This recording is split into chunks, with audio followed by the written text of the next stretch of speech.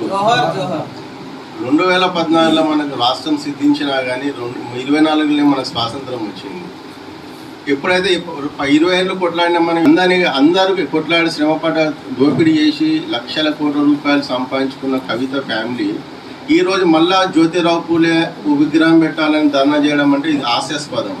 ముఖ్యంగా తెలంగాణ ప్రజానికాన్ని అవమానం చేసి మీ ఇళ్లను ముట్టడించడం జరుగుతుంది.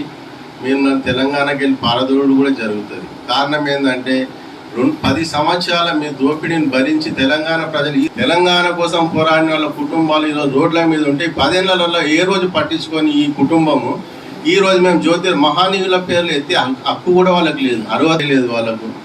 తెలంగాణ ప్రజలు మాత్రం చూస్తూ ఊరుకునే వాళ్ళు కాదు. కనీసం తెలంగాణ రాష్ట్రం ఏర్పడి మన లెక్కల 2 నెలలే స్వేచ్ఛ వాయువులను స్వీకరి తెలంగాణ ఉద్యమకారుల సంఘాల అన్నీ కలిసి తెలంగాణ ఉద్యమ సమాఖ్య అనే ఒక నామకరణం చేసుకొని తెలంగాణ ఉద్యమకారులకు తెలంగాణ ఉద్యమ ఆకాంక్షలకు మోసం చేసిన కేసీఆర్ కుటుంబము ఓడిపోయిన తర్వాత ధర్నా చౌక్ను ఎత్తేసి ధర్నాలను నిషేధించిన మరి కవిత కుటుంబము ఈరోజు కవిత ఏదో రకంగా ప్రజల్లోకి రావాలని జ్యోతిరావు పూలే విగ్రహం అసెంబ్లీలో పెట్టాలని ఒక దొంగ నాటకంతో దీక్ష 12వ తారీఖు చేయాలని తలపెట్టింది.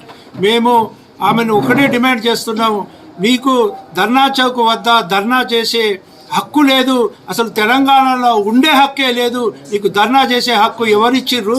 మరి ఎట్టి పరిస్థితుల్లో కూడా మరి ఒకవేళ ధర్నా చేయదలుచుకుంటే మేము చేసిన పొరపాటుకు పొరపాటు అయింది అని అమరవీరుల స్తూపం వద్దకు వచ్చి ముక్కు నేలకు రాసి మరి మేము ఈ ధర్నా చౌకను ఎత్తేసి నిషేధించడం తప్పైందని చెప్పి ధర్నాకు పర్మిషన్ అడగాలి. ప్రభుత్వం కూడా ఆ రకంగా చేసిన తర్వాతనే ధర్నాకు పర్మిషన్ ఇవ్వాలని ప్రభుత్వాన్ని కూడా వేడుకుంటారు. అలా చేయంతో తెలంగాణ ఉద్యమకారులు అంతా కూడా ఆ రోజు అమరవీరుల స్తూపం నుండి ర్యాలీగా వెళ్ళి ఆ ధర్నాను విచ్ఛిన్నం చేస్తామని మరి హెచ్చరిస్తున్నాం. కవిత గారు చేసే రాజకీయ నాటకాలని తెలంగాణ ప్రజలందరూ కూడా గమనించాలని ఈ సందర్భంగా విజ్ఞప్తి చేస్తున్నాం. 10 సంవత్సరాలు అధికారంలో ఉన్నప్పుడు కవిత గారికి పూలే విగ్రహం గుర్తుకు రాలేదు. అధికారంలో ఉన్నప్పుడు ధర్నా చౌక్ని ఎత్తేసి అదే ధర్నా చౌక్ దగ్గర ఈరోజు ధర్నా చేస్తారంటే ఆశ్చర్యపోతాం. ఈరోజు కవిత గారికి ఒకటే విజ్ఞప్తి చేస్తున్నారు, అమ్మ నీకు పూలే గారి పేరు ఎత్తే అర్హత లేదు. ఎందుకంటే నీకు అధికారం పోగానే పూలే గుర్తుకొస్తారు, మహిళలు గుర్తుకొస్తారు, తెలంగాణ సమాజం గుర్తుకొస్తుంది, ఉద్యమకారులు గుర్తొస్తారు. మీకు అధికారం ఉన్నప్పుడు తెలంగాణ ఉద్యమకారులు గుర్తుకు రారు, సామాజిక న్యాయం గుర్తుకు రాదు, తెలంగాణ ప్రజలు గుర్తుకు రారు.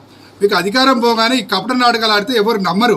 మీ అయ్య తెలంగాణ అని చెప్పి తెలంగాణ ప్రజల్ని మోసం చేసి అధికారం వచ్చి 10 సంవత్సరాలు మీ ఇష్టారాజ్యంగా రాజరిక వ్యవస్థలాగా కనీసం సీఎం ప్రజలను కూడా కలవకుండా పరిపాలించి ఈరోజు ఓడిపోగానే పూలే అని నాటకం ఆడుతున్నావు. మీ నాటకాలు ఇమీడియట్ బంద్ చేసుకోవాలి. ఆ నాటకాలు బంద్ చేయకుండా పూలే అని మరొకసారి మాట్లాడితే మాత్రం మహిళలతోనే కవిత గారికి బుద్ధి చెప్తాం. రేపు ధర్నా చౌక్కి వేలాది మంది ఉద్యమకారులతో కూడా ముట్టడిస్తాం. ఈ యొక్క నాటకాలను కూడా రాష్ట్ర ప్రభుత్వం గమనించి పర్మిషన్ ఇవ్వద్దని ఆపాలని ఈ సందర్భంగా విజ్ఞప్తి చేస్తాం.